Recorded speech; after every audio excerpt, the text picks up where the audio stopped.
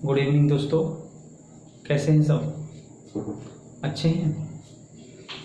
आज हिंदी की क्लास है। हिंदी में ये मैंने वर्णमाला तो आपके लिए करा दी थी, और ये जो आपका आज वर्णमाला मैंने कुछ क्वेश्चन आपसे किए थे, क्वेश्चन पूछे थे।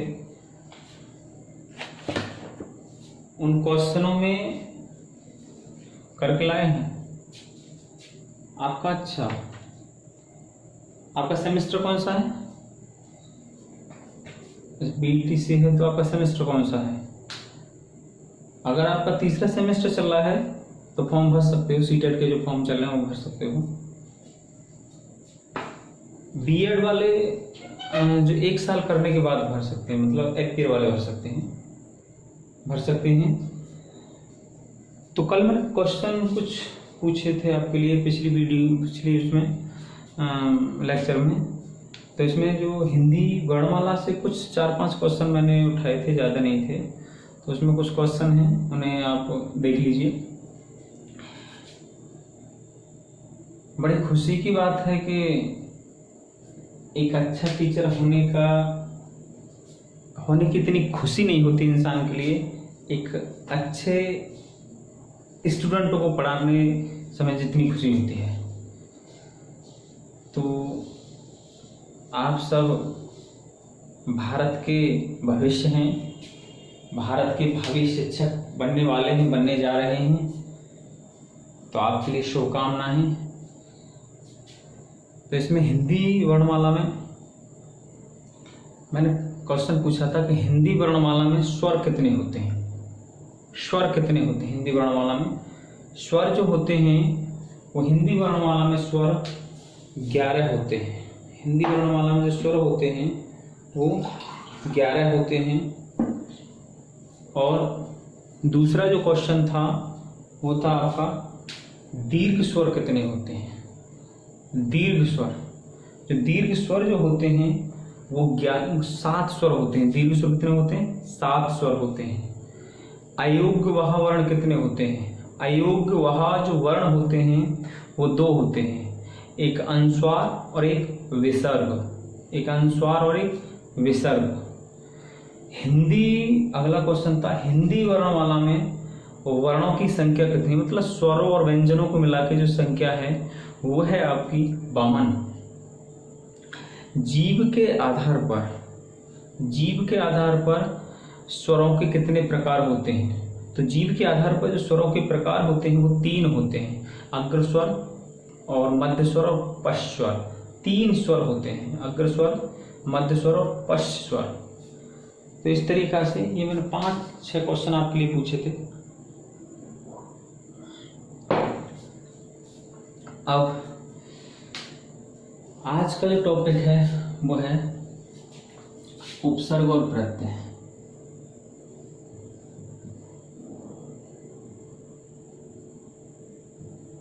वर्णमाला में किसी के लिए दिक्कत हो तो पूछ लीजिए। अंतस्थ व्यंजन 4 होते हैं, ऊष्म व्यंजन भी 4 ही होते हैं। ऊष्म व्यंजन भी 4 होते हैं, अंतस्थ व्यंजन भी 4 होते हैं। मैंने वर्णमाला पढ़ा दी है, आपका पहला दिन है, इसलिए आपको मतलब ये कंफ्यूजन हो रहा है। आप ऐसा करो ना, किसी से मतलब एडजस्ट कर लेना, किसी से कॉपी ले लेना, उससे आप कॉपी कर लेना, परेशानी नहीं होगी आपके लिए। और जो भी कोई डाउट होगा वो मुझसे डिस्कस कर लेना। उपसर्ग और प्रत्यय। उपसर्ग और प्रत्यय। उपसर्ग और प्रत्यय में अगर देखा जाए, सबसे पहले देखा जाता है कि जो हमने वर्ण पढ़े हैं, वर्णों का जो सार्थक समूह है वो हम क्या कहते हैं? उसे शब्द कहते हैं। शब्दों का समूह वाक्य कहलाता है। ये होता है। अब उपसर्ग में हम क्या चलेंगे? शब्दों को लेकर। शब्द कितने प्रकार के होते हैं ये देखा जाएगा। शब्द होते हैं हमारे, सबसे पहला जो शब्द होता है वो होता है यौगिक शब्द। नंबर 2 रूढ़ शब्द, और नंबर 3 योग रूढ़ शब्द। योग रूढ़ शब्द। अब जो यौगिक जो शब्द हैं,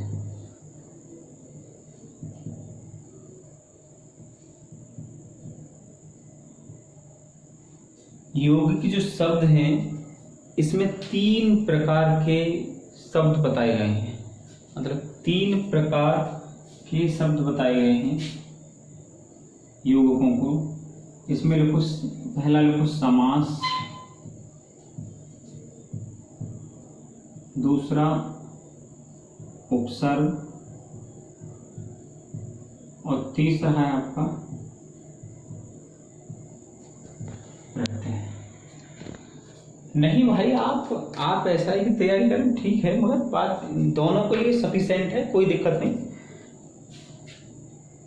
कोई दिक्कत नहीं आई है, परेशान मत हुइए। दोनों यार हिंदी एक जैसी है बस, और कोई दिक्कत नहीं है। अब इसमें मान लीजिए कि हमने समास में क्या कर दिया, विद्यालय, तो बराबर हो गया विद्या प्लस आलय। ये भी शब्द हो गया, ये भी शब्द हो गया, मतलब शब्दों से ही बना है। बस समास में से इस तरीका से हम लोग यूज करेंगे,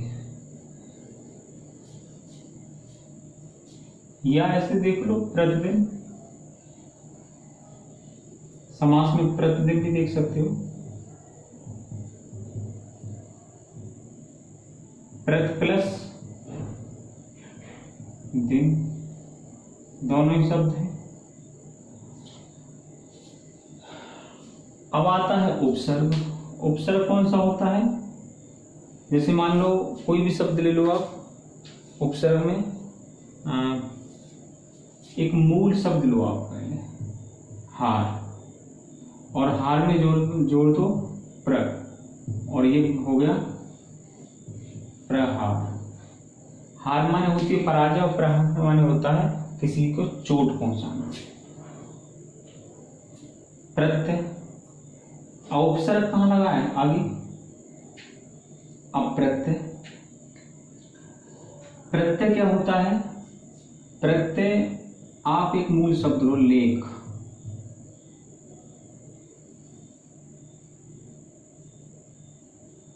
और इसमें का और जोड़ दो, ये हो गया लेखक। क्या हो गया, लेखक। इसका सॉरी का नहीं, सॉरी आया यहां से अक जोड़ेगा, लेखक। अब ये चीज आपने समझी कि यौगिक शब्द कितने, समास के आधार पर विद्यालय, विद्या प्लस आलय, प्रतिदिन, प्रत प्लस दिन, उपसर्ग प्र प्लस हार, प्रहार, प्रत्यय लेख प्लस अक। ये आपके ये हो गए।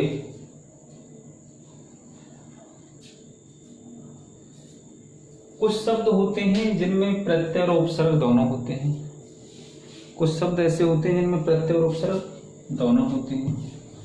जैसे अभी आपका निकल गया है क्या, स्वतंत्रता।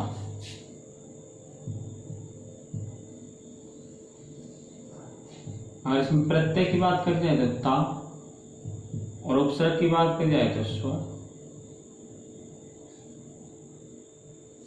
स्व प्लस ता, ये भी शब्दांश हो गया।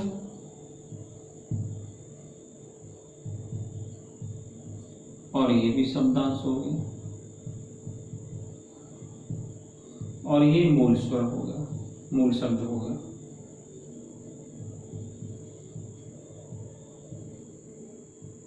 मूल शब्द हो गया। अब आओ उपसर्ग।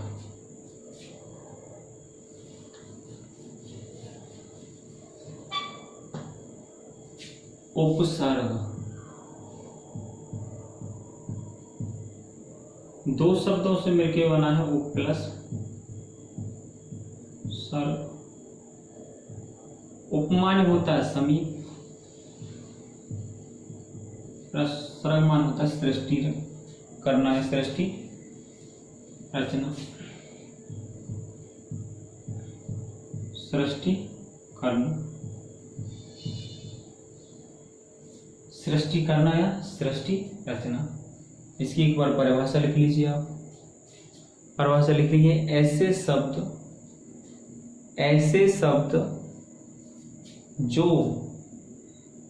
शब्द जो किसी मूल स्वर के पहले, ऐसे शब्द जो किसी मूल स्वर के पहले लगकर नए शब्द का निर्माण करते हैं, नए शब्द का निर्माण करते हैं, उन्हें उपसर्ग कहते हैं।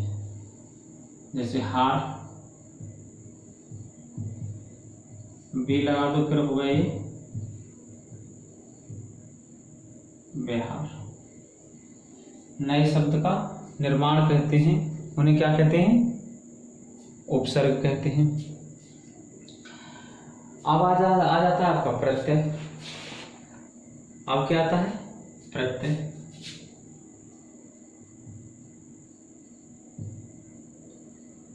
प्रत्यय का हो जाएगा प्रत प्लस आय, प्रत प्लस आय। प्रतमानी क्या होता है? साथ। प्रतमानी क्या होता है? साथ। और आय माने होता है चलने वाला। प्रतमानी क्या होता है? साथ।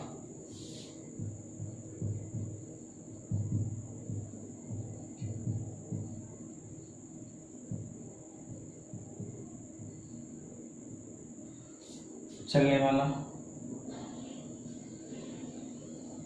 इसकी परिभाषा लिखो, ऐसे शब्दांश, लिखिए भाई, ऐसे शब्दांश जो किसी मूल स्वर के बाद, ऐसे शब्दांश जो किसी मूल स्वर के बाद में लगकर नए शब्द बनाते हैं, उन्हें क्या कहते हैं? प्रत्यय कहते हैं। आप प्रत्यय ही देख लीजिएगा। अगर प्रत्यय को हम तोड़ेंगे तो हो जाएगा प्रत प्लस आय, और ये हो गया आपका प्रत्यय। आया समझ में? अब देखा जाएगा कि जो इनके जो प्रकार कितने हैं, ये कितने प्रकार के हैं। मतलब अब प्रत्यय की थोड़ी सी हमने परिभाषा पढ़ी कि ये कब लगाए जाते हैं? ये किसी जो मूल स्वर होता है उसके पीछे लगाए जाते हैं। उपसर्ग कब लगाए जाते हैं? जो मूल स्वर होता है उसके आगे लगाए जाते हैं। प्रत्यय पीछे और उपसर्ग आगे।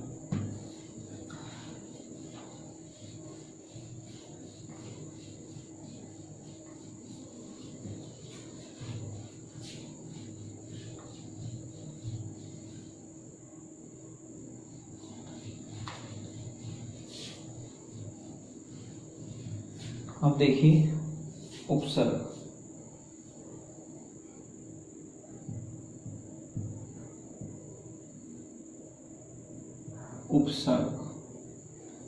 उपसर्ग कितने प्रकार के होते हैं? भारत की अगर सबसे पहली भाषा मानी जाए तो संस्कृत मानी जाती है। कौन सी मानी जाती है? संस्कृत। अब एक शब्द और आप सुनो, मूल स्वर क्या, मूल शब्द क्या होते हैं? मूल शब्द क्या होते हैं? मूल शब्द जो क्या होते हैं उनके बारे में थोड़ा सा जानकारी लीजिए आप, उनके थोड़ा लिख लीजिए। अरबी फारसी दोनों के शब्दांश से, अरबी फारसी दोनों के शब्दांश से जो शब्द बने हैं उन्हें मूल शब्द कहते हैं, जिन्हें तोड़ा नहीं जाता, जिन्हें तोड़ा नहीं जाता। मतलब अरबी फारसी के दो शब्दों से जो शब्द बने हैं उन्हें तोड़ा नहीं जाता, वो कौन से होते हैं? हमारे मूल स्वर होते हैं। उपसर्ग, उपसर्ग कितने होते हैं हमारे इस समय? उपसर्ग हमारे, सबसे पहले जो उपसर्ग लेंगे, उपसर्ग पहले नंबर पर हैं संस्कृत के उपसर्ग। लिखिए,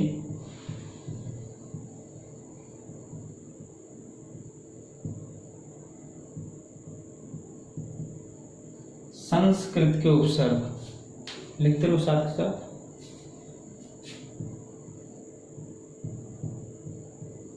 अरबी फारसी,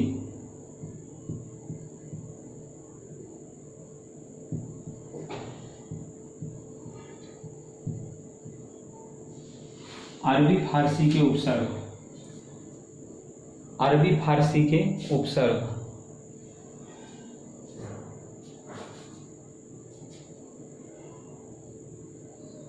तीसरा है आपका, तीसरा लिखिएगा अंग्रेजी के उपसर्ग।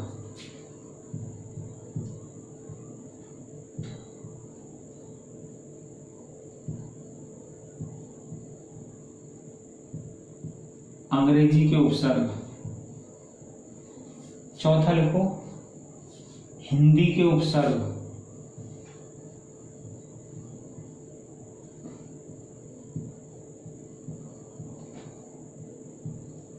हिंदी के उपसर्ग। पांचवा लिखिए, पांचवा लिखो उपसर्ग के समान, उपसर्ग के समान, उपसर्ग के समान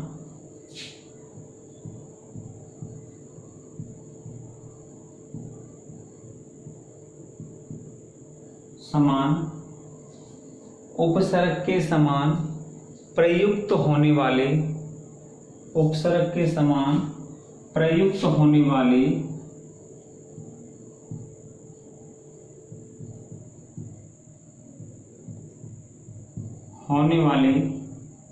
अव्यय, प्रयुक्त होने वाले अव्यय।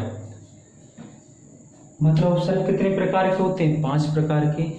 नंबर 1 संस्कृत के उपसर्ग, नंबर 2 अरबी फारसी के उपसर्ग, नंबर 3 हिंदी के उपसर्ग, नंबर 4 अंग्रेजी के उपसर्ग और नंबर 5 संस्कृत के अव्यय जो उपसर्ग के रूप में प्रयोग हों। अब आता है आपका क्या? अब सबसे पहले हम पढ़ेंगे अब पढ़ेंगे प्रत्यय। प्रत्यय के बारे में थोड़ी जानकारी।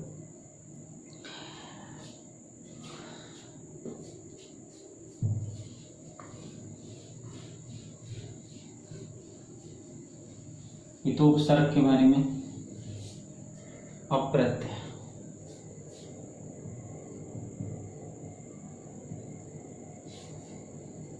प्रत्यय के बारे में लिखिए। प्रत्यय के प्रकार, प्रत्यय के प्रकार। प्रत्यय के प्रकार जो होते हैं वो 2 होते हैं।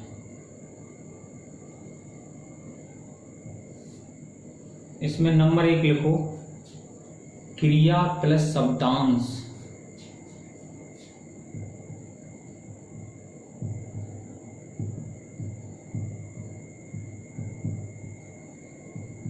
क्रिया प्लस शब्दांश,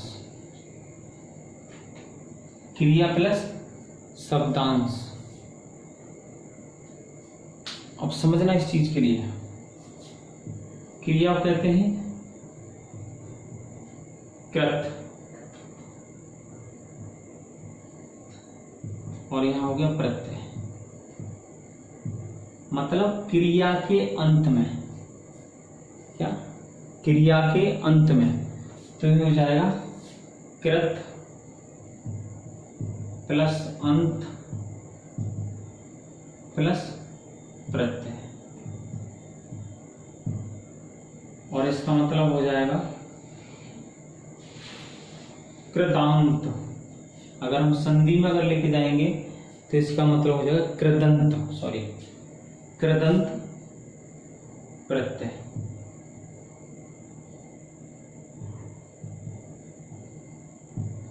कृदंत प्रत्यय मतलब क्रिया के अंत में। जैसे मान लो कि लेखक,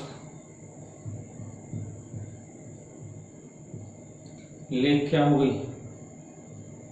क्रिया।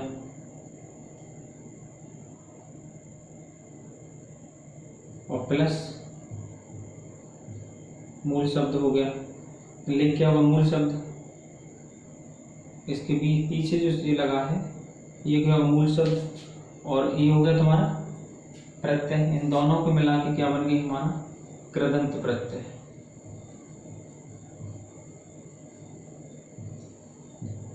कृदंत प्रत्यय। कोई दिक्कत, कोई परेशानी बताइए?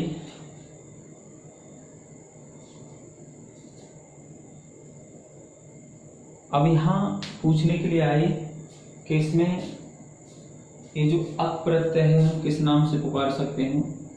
तो इसे हम कृदंत प्रत्यय,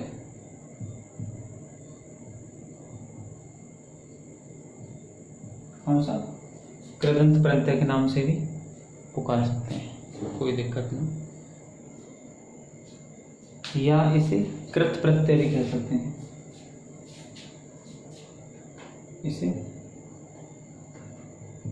कृत प्रत्यय। और इन दोनों को मिला के जो बना वो हो जाएगा लेखक। तो इसे हम कृदंत प्रत्यय, कृदंत कहेंगे पूरा मिला के। अब होता है दूसरा। दूसरा कौन सा है हमारा? दूसरा हमारा तदित प्रत्यय। क्या है? तदित प्रत्यय।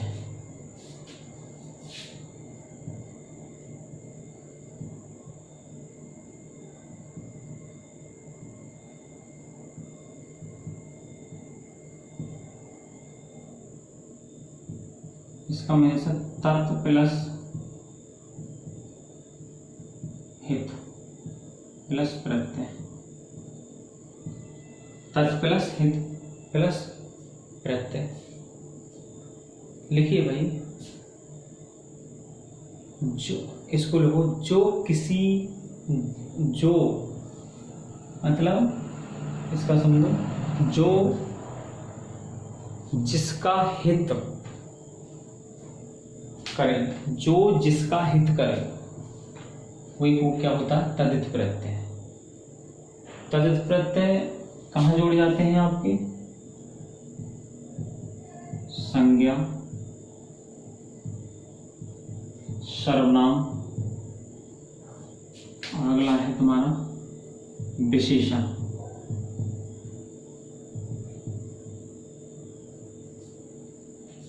विशेषण जैसे मान लो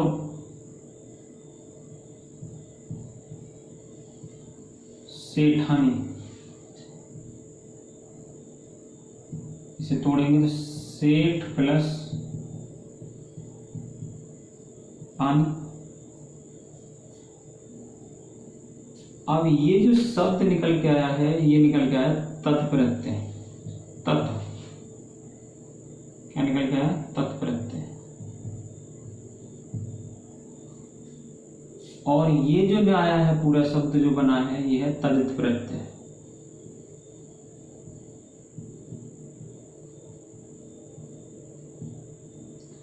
तदित प्रत्यय, तत्प्रत्यय। और ये क्या हो गया हमारा? मूल शब्द।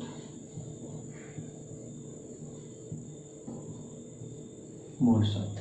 संज्ञा, सर्वनाम, विशेषण के जो पीछे लगते हैं, या संज्ञा सर्वनाम शब्द, संज्ञा सर्वनाम शब्द में जोड़कर जो प्रत्यय बनाए जाते हैं, जो शब्द बनाए जाते हैं, उन्हें क्या कहते हैं? तदित प्रत्यय। और क्रिया में जोड़कर बनाए जाते हैं, उन्हें कहते हैं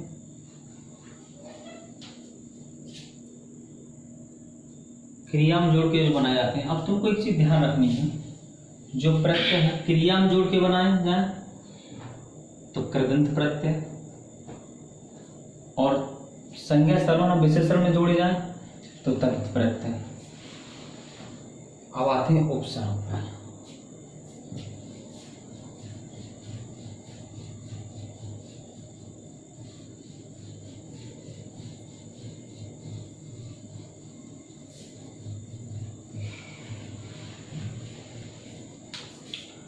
उपसर्ग।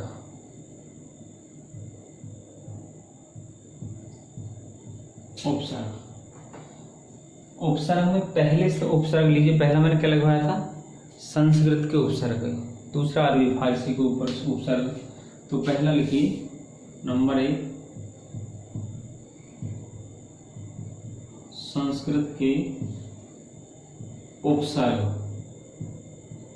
संस्कृत के उपसर्ग, संस्कृत के जो उपसर्ग होते हैं वो होते हैं 22।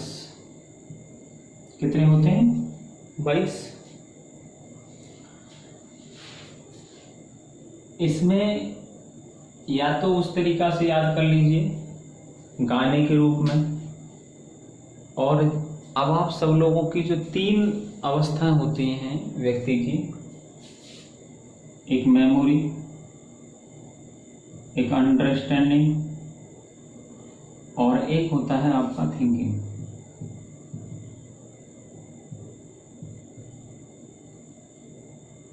मेमोरी हमारी बाल अवस्था में होती है,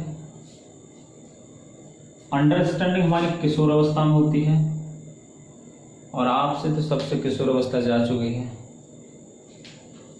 आप समझदार हो कि आप किशोर अवस्था से बाहर निकल चुके हो। किशोर अवस्था कब तक चलती है? 18 वर्ष तक चलती है। तो आप सिर्फ चीज़ों को समझकर ही अपने ज़हन में रख सकते हैं, वरना आपकी मेमोरी खत्म हो चुकी है। मेमोरी का मतलब है कि मेमोरी जो याद करने की चीज़ें थी वो समय आपका जा चुका है। तो इसमें प्रत्यय लिखिएगा, संस्कृत के प्रत्यय आ, आओ, आ, आओ, आ, आओ, उप, अप, आ, अब, उप, अप, आ, अब, उप, अप। अगला लिखो, अगले लिखिएगा आभे, आभे, अते, आभे, आभे, सॉरी, आभे, आभे, आभे, आभे, अते, अपे।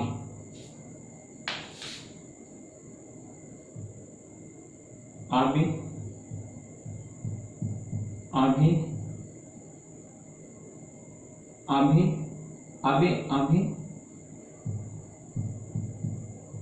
अपे और आधे, आधे।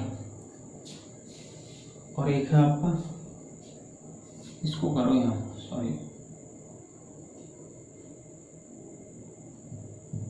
आधे, आधे, और ये हो गया अपे, अपे। अगला लिखो आप, अगला लिखिए अनुसमसु, अनुसमसु, अनुसमसुनि,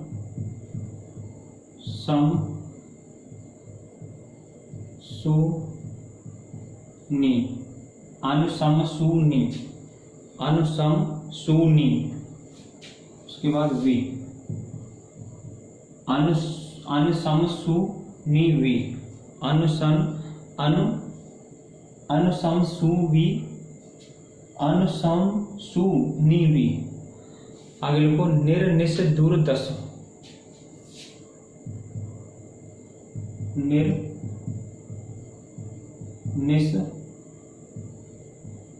दूरदश, निर्निश दूरदश, निर्निश दूरदश, निर्निश दूरदश।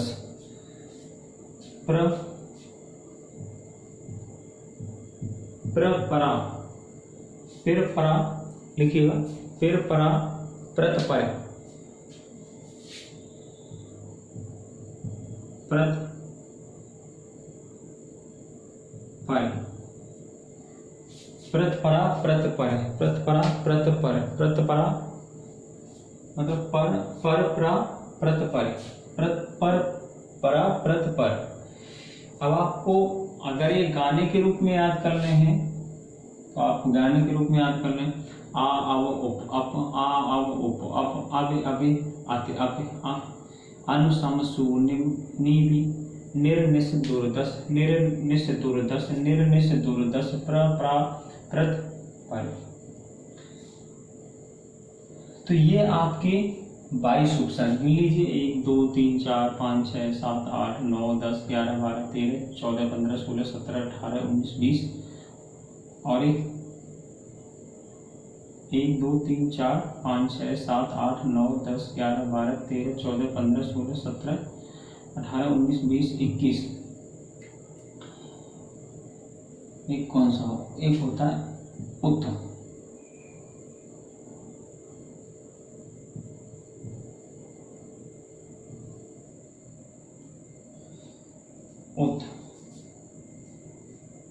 उद्भव उद्भव। तो ये आपके 22 उपसर्ग हैं। अब आता है आपका, इसमें हम प्रयोग कैसे करेंगे, इन चीजों का हम प्रयोग कैसे करेंगे। तो सबसे पहले तो ये आपके संस्कृत के जो उपसर्ग हैं, इनमें पहला उपसर्ग देखिएगा दुस।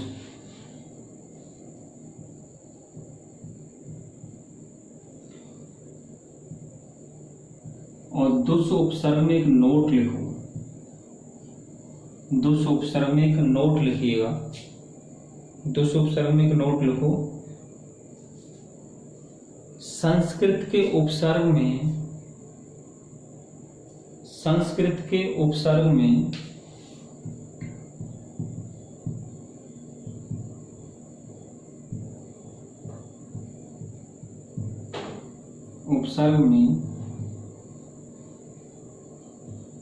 लिखो भाई, संस्कृत के उपसर्ग में कु, दो, सु, को, दो, सु, सॉरी सा आएगा केवल, स और स, ये जो सा तो आप जानते होंगे, स और स, ये 3 सा होते हैं। ये तालु है, ये मूर्धा है, और जो अगला जो सा आता है एक और, वो दंत है। स ई,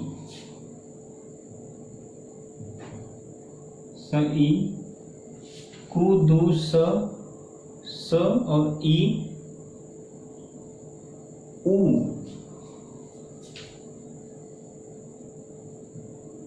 या विसर्ग, या विसर्ग, बताइए। कु दु स ई उ और या विसर्ग, समझ रहे हैं? विसर्ग नहीं आते हैं, विसर्ग नहीं आते।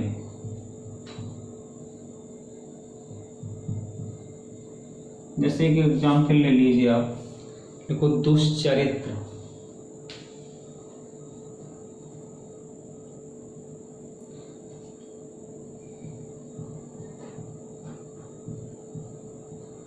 दुष्चरित्र। अब इसमें 4 एग्जाम्पल लिखिए आप। पहला लिखो आप दु, दूसरा लिखो दुह, और तीसरा लिखो दुस, और चौथा लिखो आप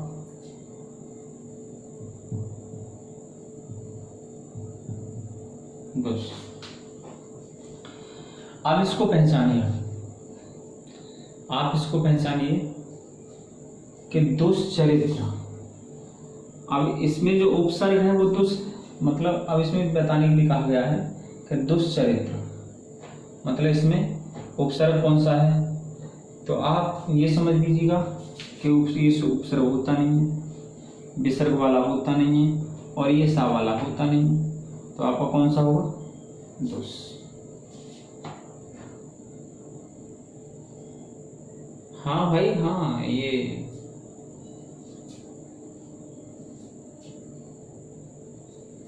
अगला लीड होगा एक और, इसमें ही, अच्छा इसी में एक और कुछ, एक और लिखो, दुशासन।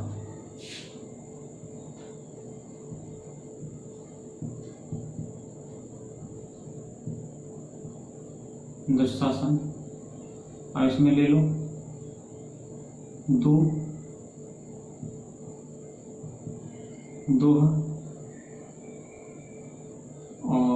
और भी एग्जाम्पल ले लीजिए इनका, दुस,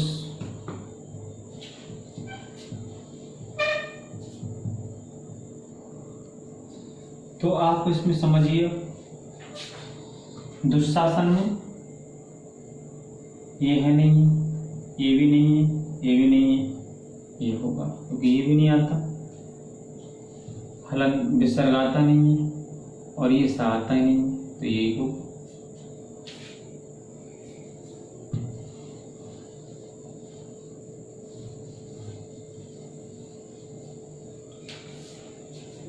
अगला उपसर्ग लिखो निर,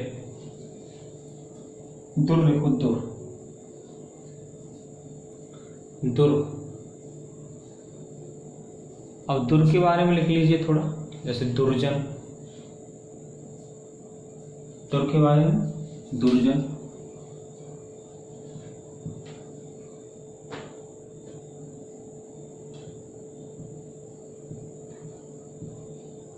तो इसको अब हम तोड़ेंगे, दुर प्लस जन, तो उपसर्ग क्या हो गया, दुर। थोड़ा सा समझना है चीजों को, बस समझना है, समझ के ही चलना है, जब भी आपकी चीजें समझ में आएंगी। बाकी आप कितनी भी कोशिश कर लो रटने की, अगर रटने से अगर काम चलेगा, रटने की कोशिश करोगे तो कुछ ही समय तक ये अपने माइंड में रहेंगे, बाकी कुछ समय बाद ही निकल जाएंगे। तो इस तरीका से आप ये जो उपसर्ग हैं इनमें सब में चीजों को लिखते चलो, लेक्चर फिर हो जाता है, फिर समय नहीं बचता है। इसमें लिखो सबसे पहले,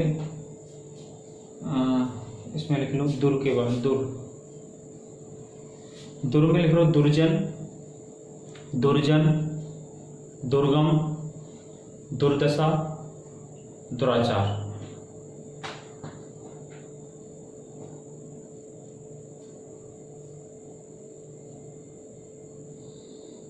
अब एक नियम लिखो अगला, अब एक नियम लिखो,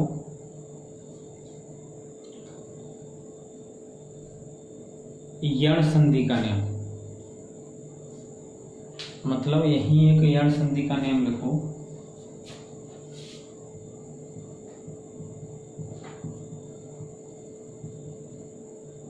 यण संधि का नियम, यण संधि का नियम क्या होता है, दो पद होते हैं, प्रथम शब्द और अंतिम शब्द। प्रथम शब्द का अंतिम वर्ण, प्रथम शब्द का अंतिम वर्ण और द्वितीय शब्द का पहला वर्ण, द्वितीय शब्द का पहला वर्ण। अब चीजों को समझिए, प्रथम शब्द का अंतिम वर्ण क्या क्या हो सकता है, ई, ई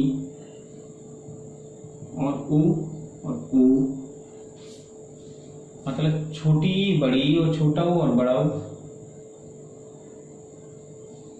अब जब हम उपसर्ग करेंगे इसका, हम जब उपसर्ग करेंगे तो ये वर्ण पूरी तरह से यूज नहीं होते हैं उपसर्ग में, ये कभी यूज, केवल छोटे छोटे जो वर्ण हैं वो यूज होते हैं, ई और उपसर्ग में क्या होता है, छोटे छोटे वर्ण यूज होते हैं, बड़ा यूज नहीं होता है। जैसे अत्यधिक, तो इसका हो जाएगा अत्य प्लस अधिक, अत्य प्लस अधिक।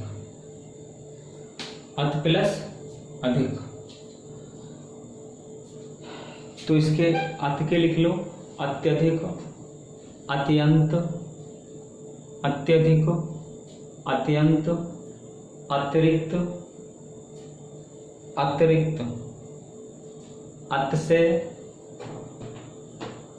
अतिशय,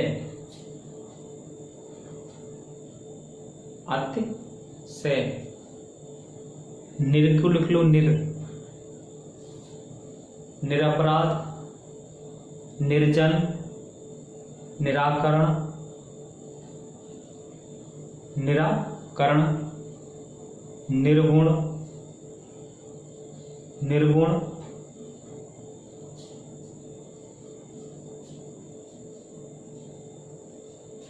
ये आपके, चलो और जो बचे हैं मैं अगले लेक्चर में कराऊंगा आपके लिए, क्या ना। वैसे इसके बहुत हैं, थोड़ा सा भी कितना समय कितना बाकी है। अच्छा चलो जब तक लिख लो, कुछ और लिख लीजिए, कुछ और लिखिए इसमें। आके लिख लिया, आके लिख लो, आजीवन, आमरण, आजीवन, आमरण, आरक्षण, आक्रमण,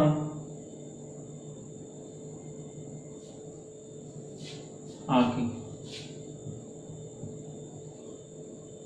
अव के लिख लो, अव के, अव को लिखो, अवसान, अवसान, अवसर, अवकाश, अवमान, उप के लिख लो, उप, उप के लिखो, उपमंत्री, उपनिरीक्षक, उपहार, उपकार, उपहास। अभी के लिख लो, अभी, अभी, अभी के लिखो, अविनाश, अभिकारी और अभिकारी, अभिसारी, अभिसारी।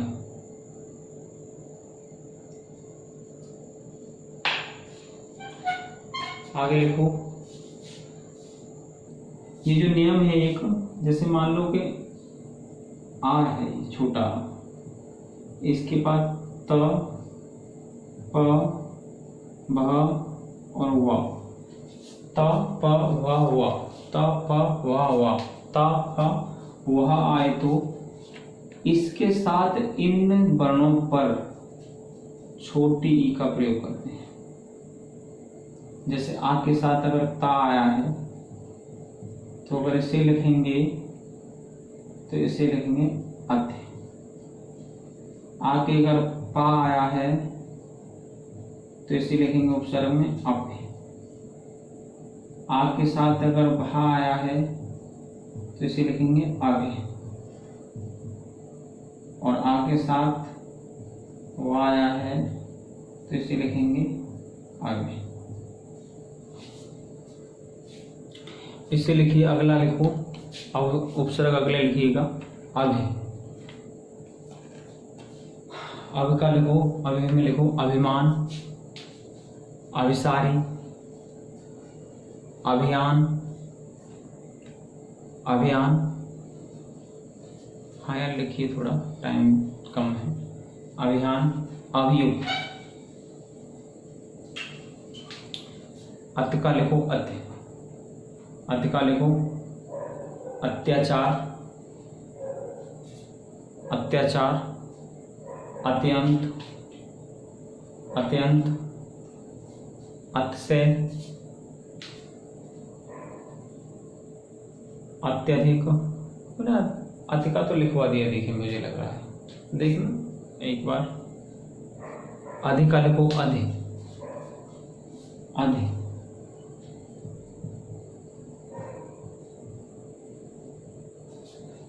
अधिकार, अधिभार, अधिकारी, अधिकरण, अधिनायक,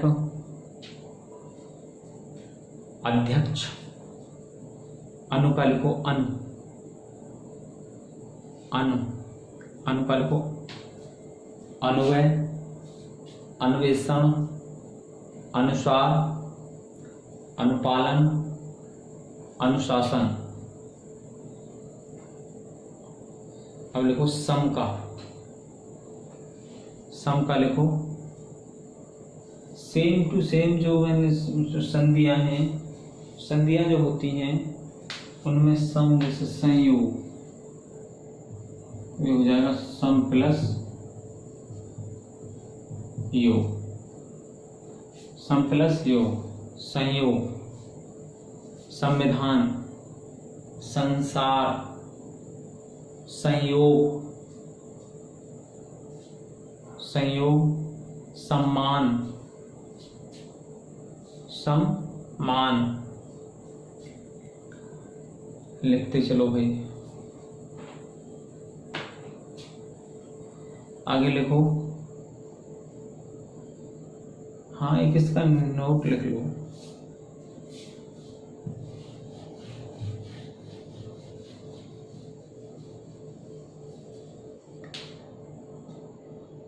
जैसे मान लो ये आ रहा है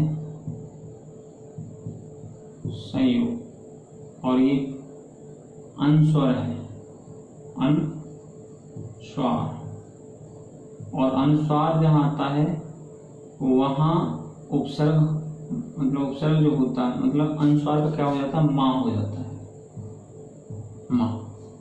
तो इसे तोड़ेंगे सम प्लस योग। सु लिखो सुकुमार, सुकुमार, सुवन, सुघड़, सुजान, स्वागत, स्वागत।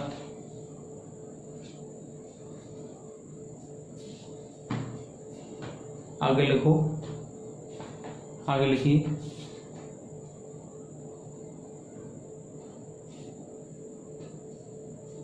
आगे लिखो नि का लिखो निहार, निकम्मा, निगोड़ा, निहत्ता, नियोग। बी का लिखो, बी उपसर्ग है, बिहार, बिहार, विकार, विकास, और लिखो आप विजय। निस का लिखो निस्तार, निस्तार, निस्सार। दुर् का लिखवा दिया मैंने, देखो दुर् का मेरी समस्या हो गया है, नहीं मैं दुर्जन लिख लो, चलो दुर्जन, दुर्दशा। आगे लिखो प्र का लिखो प्रकाश, प्रभात, प्रमाण, प्रशांत, प्रशांत। आगे लिखो पराभव, पराभव, पराभव, पराकाष्ठा, पराजय। प्रतिदिन का लिखो प्रतिदिन, सॉरी प्रत का लिखो प्रतिदिन, प्रतियोगी, प्रत्युत्तर, प्रतिहार, प्रत्येक, प्रतिशोध। आगे लिखो प्रतिगामी, प्रत्यक्ष। परिका लिखो परिका, परिमाप, परियोजना, परिश्रम, परियोजना, परिश्रम।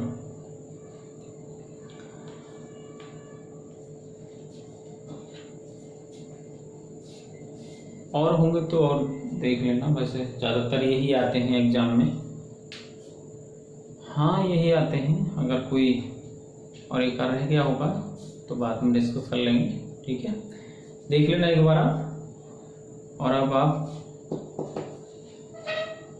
क्वेश्चन लिख लीजिए, कुछ क्वेश्चन लिख लीजिए। क्वेश्चन लिखो, पहला लिखो क्वेश्चन, स्पर्श व्यंजनों की संख्या कितनी होती है? स्पर्श व्यंजनों की संख्या कितनी होती है? अगला लिखिए, अंतस्थ व्यंजन कौन कौन से हैं? अंतस्थ व्यंजन कौन कौन से हैं? ऊष्म व्यंजन कितने हैं? तीसरा क्वेश्चन है, ऊष्म व्यंजन कितने हैं? चौथा क्वेश्चन है, संयुक्त व्यंजन कितने हैं? संयुक्त व्यंजन कितने हैं? आगे को लिखो, मूल व्यंजन जो हमारे कुल व्यंजन हैं वो कितने हैं? कुल व्यंजन कितने हैं? दोस्तों आज का लेक्चर यहीं समाप्त करते हैं। कोई दिक्कत होगी तो बताना, अगर कोई समस्या हो तो। और देखो आप है ना चीज़ों को समझने की कोशिश करो, और जब तक समझोगे नहीं, जब तक, क्योंकि आपकी उम्र याद करने वाली नहीं है। बाल्यावस्था आपकी निकल चुकी है, किशोरावस्था भी आपकी जा चुकी है। अब तो आप उस अवस्था में हो कि आप चीज़ों को सिर्फ समझ सकते हो, याद नहीं कर सकते, समझकर ही अपने ध्यान में रख सकते हो।